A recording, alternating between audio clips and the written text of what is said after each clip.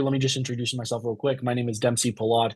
I am a writer and a critic for a site called Cinefied, and it's a pleasure to be speaking with all of you today. You Nice as to well, speak to you Dempsey. too. Nice meeting you. Thank you. Yeah, no, this movie totally caught me off guard. I'm a big Joe Carnahan fan, which I'm pretty sure all of you guys are as well. So I found out he had a new movie coming out, and I was like, really? And I did a little bit of research, and I'm like, oh my God, it has all these great actors in it, based on a true story. And so that's kind of my first question for all of you is, how did you guys come across this? I mean, very sad story, but also an incredible tale of just like survival. And I'd love to hear from all of you if you guys want to talk. I'll start. I remember hearing about it on the news when it happened. It was kind of, in the background, it was, four guys go on a fishing trip, a couple of them being NFL athletes. Tragic. And I was like, wow, that is just so sad. Not knowing all of the details, but knowing enough about it to know that it was a very tragic story. And then the script came across my desk, and in reading it, it was just even more tragic, to know that all of it hinged on an anchor at the end of the day. And it happened so early in the script that you're just reading it the whole time. I was reading it the whole time thinking, man, if they just would have cut that anchor, if they just would have cut that anchor, if they just would have cut that anchor. But I think that's part of why it's it's even more, I guess, somewhat intriguing as an audience member, because you do hold that the whole time you're watching it, and you're feeling that, and you're feeling their desperation and trying to feel their hope. And so that's, that was kind of my impetus and how I got into this. Quentin?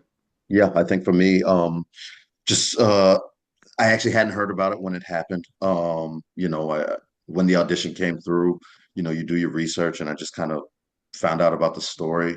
I am an ex-football player, not in the NFL by any means. But I know a lot of people that went to the NFL, and a lot of people that actually went through that struggle of trying to make a team, trying to make somebody's roster, jumping around to different teams in the NFL. I knew a lot of those people, a lot of that story. So I think that's really kind of what drew me in, especially to Marquise, like the idea of every other year you may be having to uproot your entire family, and that struggle and that plight that it is to just fight to continue to put food on the table, playing this game that you love and this game that you put so much into. And so I was drawn to him as an individual, and him as his story. I did a lot of research on him, and I just wanted to bring kind of that, as much as I could, of that life and that understanding of what it's like to live that kind of year to year life of uncertainty. And then obviously in the situation that they were in, just kind of add those stakes. And yeah, it's a heart wrenching story. It's a gut wrenching story. But I can only imagine the togetherness that the four had as long as they were there, and then the three and the two. And I wanted to bring that out, and I do think we did. So yeah, that's kind of how I came into it. You want to go, Marshall, or you want me to go? You go ahead, Terrence. You sure? Yeah. Okay, well, I heard about it a couple of years ago, actually, when it was, the script moved around a couple of times. And I heard about it because I booked actually the same role before, and then it got scrapped because I guess creative differences. And then Joe, when I heard Joe got back on it, they had me audition again. I was like, I need to be in this movie because, I wanted to be challenged. And so I auditioned, had a meeting with Joe, and was really, really excited. And then we jumped straight in the water. So yeah, that's how I heard about it. And and now posters and premieres later, here we are. Yeah, I guess, yeah, we all had different journeys to this one. I found out about it maybe, I don't know, maybe around the same time as Zach. I actually wrapped doing a movie with Joe called Shadow Force, and that went really well. So we already had a rapport. And so he slipped me the script. I didn't know much about Will Bleakley because, in the news, it's a lot about Marquise and Corey and Nick, who wrote the memoir. So I discovered Will through getting the script and then, the memoir. And then, and this is actually the first role I've trained for because I had a little bit more time before the audition. So probably put on like 20 pounds at the gym before I even like tried to get the part. Yeah. That's awesome. Now, I know we're all familiar with the magic of movie making. Watching this movie, I am I crazy in thinking was this actually filmed on the water? Yes, this was real. No blue screens. This is real. Yeah. Okay. All right. So Yeah. talk to me.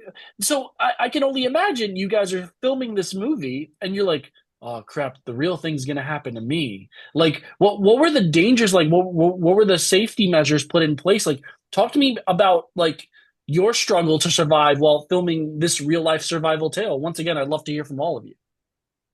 Well, Yeah. let me just clarify really quick. We were not on the open water. Oh, we were in the tank. We were not in the ocean, open water. There was no chance of what happened to these gentlemen happening to us. No, no. Thank We you for that. were Okay.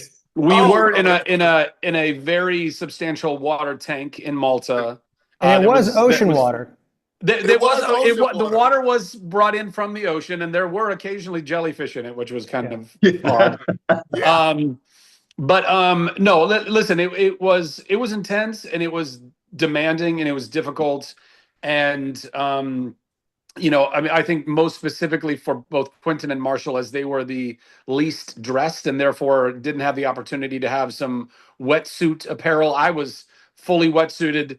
Terrence had a like a half, kind of trunk and bottoms. But Quentin and Marshall were pretty much just they were just in the elements entirely. It was still, even with the wetsuit, it was still cold, It's freezing. and the wind machines and the wave machines and the water cannons, like it was intense. I don't know that I can't speak for the other gentlemen. I never felt like my life was in I did. danger, other than feeling like, wow, this is getting very, very cold, and we're in the tank for very long takes because it was difficult to. It would have taken a lot longer to get us out of the tank, warm us up, put us back in. Every time they did that, it took a lot more time. And so, we all tried to just grit through the longer takes as best we could. And then we would have some breaks, but it was gnarly. It was a gnarly experience. I don't know that I would ever want to do it again, unless I was with these gentlemen because they understood it and we supported each other. But it was intense. Yeah, and to the safety measures that you asked about, we had divers in there with us, and the tank was, maybe 8, 9 feet deep, so enough that you could do everything and not be touching the bottom. But if something were to happen, you could just hit the bottom, jump back up. So yeah, exactly what Zach said. Never felt in danger. But also it was a real push and a real challenge. That's something that I actually kind of search for at times whenever I can. In this industry, you really just, well, at least where I'm at, you just kind of take what you're given. But I was really excited for the opportunity to push myself with this one. And it took it took all of that. There was a day that me and Marshall actually got to, there was a regular tank that was 8 feet, and then there was another tank out there that was a bit deeper, like maybe 18, 20 feet, Marshall, something like that. Sure. Yeah, sure. We'll say 18, 20 feet. And we got the opportunity to swim underneath the boat to film some of the underneath stuff. Um, and that was absolutely incredible. And I will say at that point, I swam underneath, and I'm not some pro diver like the people we had out there that were, on alert if anything were to happen to us. So I don't have the lung capacity that someone else would. So I'm underneath. It's the middle of the night. It's dark, and I'm looking for the life jackets in this moment, and I couldn't find them. And I'm running, towards the end of my lung capacity, and I looked to the top because they said they were at the top of the boat, which is flipped over, so the bottom, if you can visualize. And I see the water, what looks like the top of it. And so I swim up and I pop through and I find a little air pocket, and I just take a little breath there. And for me, a person who just loves movies, actually loves survival and disaster movies, I have seen that happen in a movie so many times, where the actor goes and they get that last breath in a cage or whatever, and you see in the water rise up and they're taking that last breath. And so to get to do that in real life was just like this real beautiful moment to little kid Quentin that's like, oh man, I'm actually doing this crazy thing that I wanted to do since I was young, and I don't know, just like this real random gift.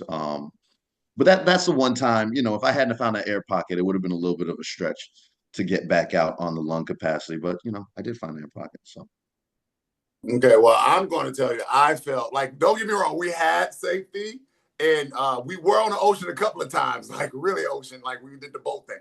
But so before we got this, they was like, make sure your swimming is up. So I went into the little swimming class just to make sure I had my stroke and everything right. We get in that water, not realizing, I get in there not realizing, okay, so they have these machines and everything else, great.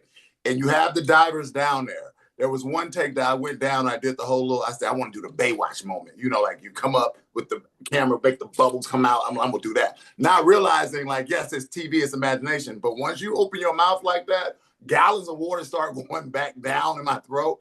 And so so in my head, I'm like an actor, like, you can't call cut. You can't call cut. The camera's there. I'm trying to still do my job. But I just said, forget it. I'm coming up. So I come up and like gasping for air. Everybody's clapping. They're like, oh my God, it looks so real. I was like, I was drowning. And so the safety people come up, they were like, hey, can you do like a cut or something? Like, we saw you, we didn't know if you were acting or not. And the water machines and everything are going so much. So even when we were on that boat, it was so hard to hear each other that we almost had to literally just like watch each other's mouths to understand when it was time for us to talk and stop. Because that noise was very intense in the rain machines. So it was gnarly is cool, but it was gangster. So yeah. Go ahead, Marshall. What question are we answering at this point? Just the experience of the water tank, and what was that like for you? Yeah, I mean, I personally like the being able to use the elements. I wouldn't say going full method, but being able to use those things, and then when in between takes, joke around, and you're not fully in character all the time. So I saw the tank as a gift. Yeah, there were some times where it was a difficult. You had to just kind of find it with the divers, because you're acting like you're struggling, and they have to decide, is he acting like he's struggling or is he really struggling? Yes. But I would say the most dangerous thing was probably just, for me personally, and I would answer for Quentin, is probably us just pushing ourselves with the cold because we're stubborn and competitive, and maybe going further than we should have sometimes. But and then you combine that with Joe, trying to trick us into longer takes through, oh, we need to change a lens, or we need to, something's going on with the camera, and you realize, wait a minute, these guys are professionals. Why is it taking them so long? So yeah, there's a bunch of tricks going on sometimes to keep us cold. Well, Zach, Quentin, Terrence, Marshall, it's a pleasure speaking with all of you. Thank you so much for your time today, and cannot wait to tell everybody I know to go check out this movie. Thank you so much. Have a Thank you. Appreciate you. Thank you.